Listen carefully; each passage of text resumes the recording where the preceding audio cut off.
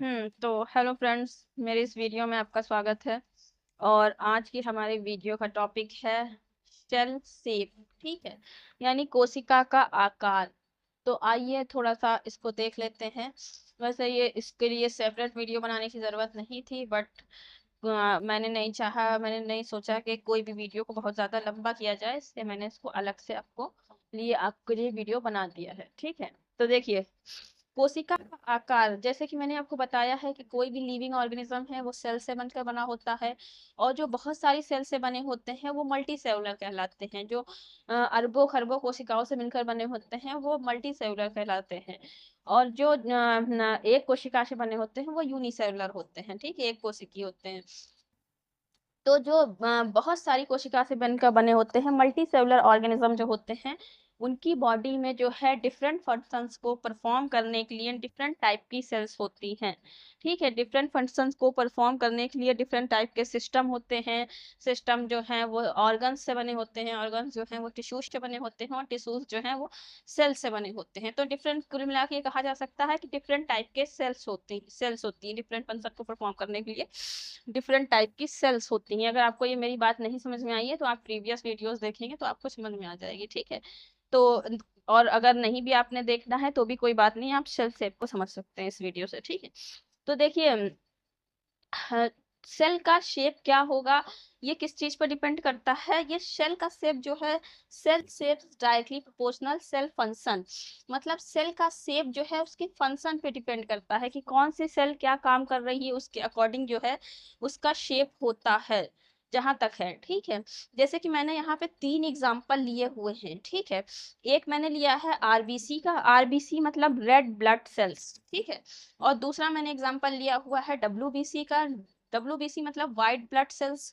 और तीसरा एग्जांपल मैंने लिया हुआ है नर्व सेल का। ठीक है, तो ये 3 एग्जांपल मैंने लिए हुए हैं। इनका शेप के बारे में हम थोड़ी बात करेंगे जिससे आपको समझ में आ जाएगा। ठीक है, तो देखिए, मैंने यहाँ पे क्या बताया कि सेल का शेप जो है सेल के फंक्शन पे डिपेंड करता है। तो आरबीसी जो है ये रेड ब्लड सेल्स है, ये ब्लड में पाई जाती है। डब्ल्यूबीसी व्हाइट ब्लड सेल्स है, ये भी रेड में ब्लड में पाई जाती है। ठीक है, और नर्व सेल जो है ये हमारा जो नर्वस सिस्टम होता है ये नर्व सेल से मिलकर बना होता है। ठीक है, तो देखिए, डब्ल्यू आरबीसी का काम क्या होता है, ब्लड में जो आरबीसी होती है उसका काम क्या होता है, ये जो है डिस्क शेप की होती है, इस तरीके से डिस्क शेप की होती है।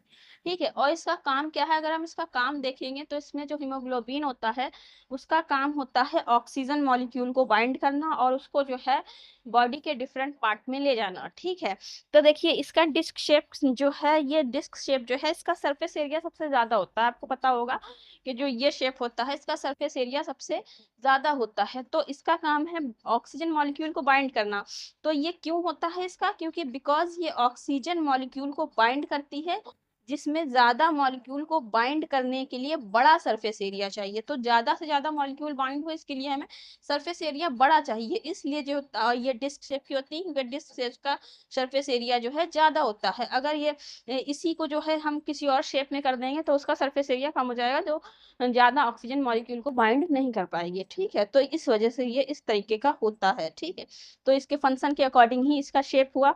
दूसरा जो है ये हमारा है डब्ल्यूबीसी व्हाइट ब्लड सेल्स। ठीक है, व्हाइट ब्लड सेल्स का जो होता है ये नो शेप, इसका कोई शेप नहीं होता। ये अमीबा की तरीके अपने शेप को जो है चेंज कर लेती है, अपनी जो है अपनी नीड के अकॉर्डिंग अपने शेप को चेंज कर सकती हैं। क्यों, क्योंकि जिससे ये एरिया में क्योंकि ये एरिया के अकॉर्डिंग अपना साइज शेप चेंज करके हर जगह पहुंच सके। देखिए, डब्ल्यूबीसी का काम क्या होता है, डब्ल्यूबीसी का मेन फंक्शन ये होता है कि अगर हमें कहीं पे कोई इंजरी हो गई है, कहीं पे कोई इन्फेक्शन है, कहीं पे कोई सी चीज को हील करना है, तो बॉडी के डिफरेंट पार्ट में कहीं पे भी, तो वहां पे जो है डब्ल्यूबीसी जो है ज्यादा से ज्यादा तादाद में पहुंचती हैं, ज्यादा से ज्यादा नंबर में पहुंचती हैं और वहां पे वो अपना काम करती हैं। अगर इन्फेक्शन हो गया तो इन्फेक्शन को मारने के लिए उस जगह पे ज्यादा से ज्यादा डब्ल्यूबीसी पहुंचेंगी और इन्फेक्शन को किल करेंगी। इसके अलावा अगर वहां पे इंजरी हो गई है तो भी वहां डब्ल्यूबीसी का ज्यादा पहुंचने की जरूरत होती है।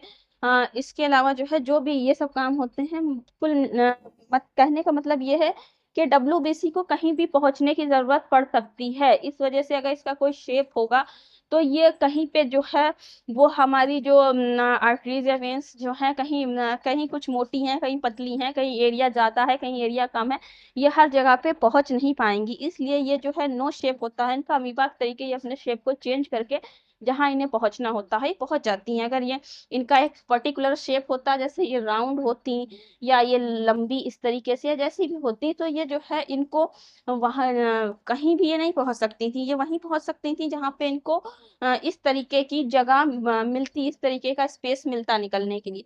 But no shape, no shape का मतलब ये है कि ये कहीं भी अपने शेप को चेंज करके कहीं भी पहुंच सकती है, ठीक है, अपनी उसके अकॉर्डिंग। कि अगर कोई पतला रास्ता है तो ये अपने आप को पतला कर सकती हैं, और चौड़ा है तो चौड़ा कर सकती हैं, या जैसे भी वो है वैसे अपने आप को चेंज करके पहुंच सकती हैं, ठीक है, क्योंकि इनका काम है हर जगह पे पहुंचना, इन्फेक्शन को मारना, हीलिंग करना, और वहां पे जो भी चीजें हैं उसके अकॉर्डिंग इनको पहुंचने की जरूरत पड़ती है, ठीक है। इसके अलावा जो है हमारा ये हमने एग्जांपल लिया हुआ है नर्व सेल का, ठीक है। नर्व सेल जो है नर्वस सिस्टम, अगर आपने नर्वस सिस्टम के बारे में आपको जानकारी होगी या नहीं है तो आप उस पर वीडियोस देख सकते हैं। तो नर्व सेल जो होती है, हमारा जो नर्वस सिस्टम है वो नर्व सेल से मिलकर बना होता है। नर्वस सिस्टम का क्या काम होता है, ये जो है हमारी बॉडी की सारी इंफॉर्मेशन को जो होता है वो ब्रेन तक, स्पाइनल कॉर्ड तक लेके जाता है नर्वस सिस्टम, और वहां से उसके बदले में रिस्पांस को, ब्रेन के रिस्पांस को, स्पाइनल कॉर्ड के रिस्पांस को बॉडी के हर एक पार्ट में लेकर वापस जाता है, ठीक है। अगर हमें कहीं इंजरी हुई है, या हमारा कोई कटपट लगा है, या कोई चोट लगती है, या कोई पिन चुभती है, या गर्मी ज्यादा है, टेम्परेचर कम है, टेम्परेचर ज्यादा है, या कहीं पे हाथ हमारा झटके से किसी गर्म चीज में लग जाता है, ये सारे सिग्नल्स जो हैं ये हमारे नर्वस सिस्टम के थ्रू जो है हमारे ब्रेन में, हमारे स्पाइनल कॉर्ड में पहुंचते हैं, और वहां से बहुत ही फास्ट रिप्लाई आने की जरूरत होती है। कभी कभी हम विद इन अ सेकेंड भी रिस्पॉन्स कर देते हैं। अगर हमारा हाथ किसी गर्म चीज में टच होता है तो हम विद इन अ सेकेंड उसे हटा लेते हैं, मतलब ये चीज गर्म है, इस चीज का सिग्नल हमारे स्पाइनल कॉर्ड में, ब्रेन में गया, और विद इन अ सेकेंड वहां से रिप्लाई आ गया कि हाँ ये चीज गर्म है, अपने हाथ को हटा लो। ये अगर आपको नहीं समझ में आ रहा है तो कोई इसमें घबराने वाली बात नहीं है। कंट्रोल एंड कोऑर्डिनेशन पूरा एक चैप्टर है 10th क्लास की साइंस बायोलॉजी में, वो आपने पढ़ा है अगर तो आपको ये चीज समझ में आ रही होगी, और अगर नहीं पढ़ा है तो आप उसको पढ़ सकते हैं, ठीक है। तो ये नर्वस सिस्टम जो है हमारी नर्व सेल से बना होता है, और नर्व सेल जो है सबसे ज्यादा लॉन्ग होती है, सबसे ज्यादा लॉन्गेस्ट होती हैं। ये 1 मीटर तक लॉन्ग हो सकती हैं। तो ये ऐसी क्यों होती हैं, ताकि जिससे ये जो है सिग्नल को फास्ट ट्रांसमिट कर सके। मतलब अगर ये मान लीजिए हाथ में ये किसी का हैंड है मान लीजिए, ठीक है, ये हैंड है, तो अगर ये किसी गर्म चीज में टच होता है, ये गर्म चीज में टच होता है, और ये जो होती हैं जो भी नर्व सेल है, मान लीजिए यहाँ से टच होता है, तो नर्व सेल जो है सिग्नल लेकर जाएंगी यहाँ से, और ये ब्रेन में लेकर जाएंगी। मान लीजिए ये ब्रेन है, ठीक है, ये ब्रेन है, ब्रेन में या स्पाइनल कॉर्ड में, स्पाइनल कॉर्ड रीढ़ की हड्डी के अंदर नस होती है, वहां पे लेके जाएंगी, स्पाइनल कॉर्ड में लेके जाती हैं वैसे, जो इस तरीके से सिग्नल होते हैं उनको, और वहां से जो है रिप्लाई आएगा कि हाथ को हटा लो, तो हाथ को हम झटके से हटा लेंगे। ये सारी क्रिया विदिन अ सेकेंड हो जाती है। तो अगर ये सेल बहुत छोटी होती तो एक सेल से इंफॉर्मेशन, मान लीजिए ये एक सेल यहाँ से यहाँ तक ये एक सेल है, और यहाँ से ये दूसरी सेल है, यहाँ से ये तीसरी सेल है, ठीक है।